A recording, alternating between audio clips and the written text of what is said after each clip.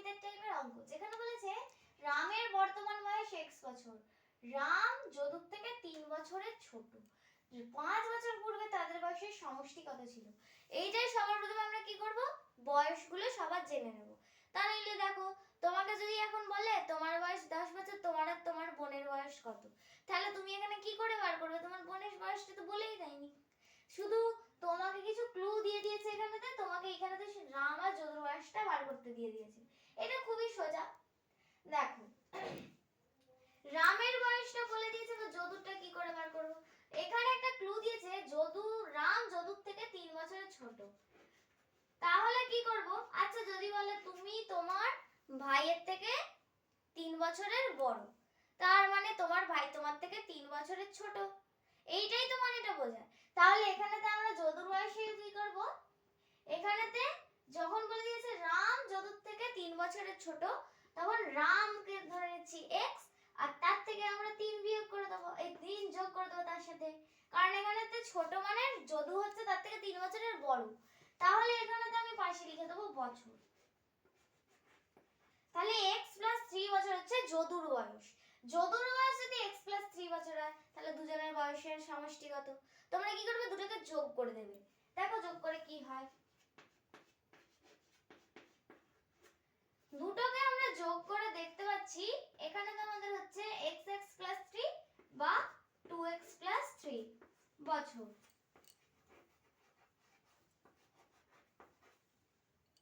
এবার দেখো, তোমাদের যখন এইটা বেরিয়েছে, এবার বলছে 5 বছর পূর্বে মানে 5 বছর আগে এদের বয়সের সমষ্টি কত ছিল।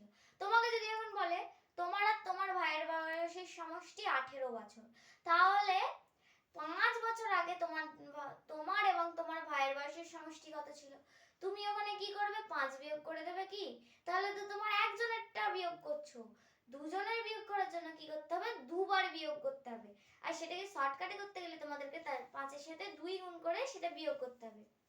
তাহলে আমি এখানে 2x + 3 - 2 × 5 বছর করে নিচ্ছি। এবার আমি এটাকে করছি, দেখো 2x + 3 - 10 বছর।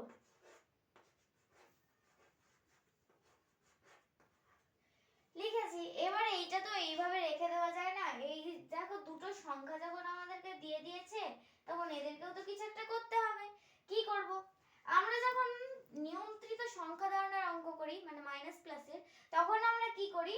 মাইনাস প্লাসের অঙ্ক করার সময় যখন দেখি দুটো চিহ্ন আলাদা আছে, তখন কি করে দিই?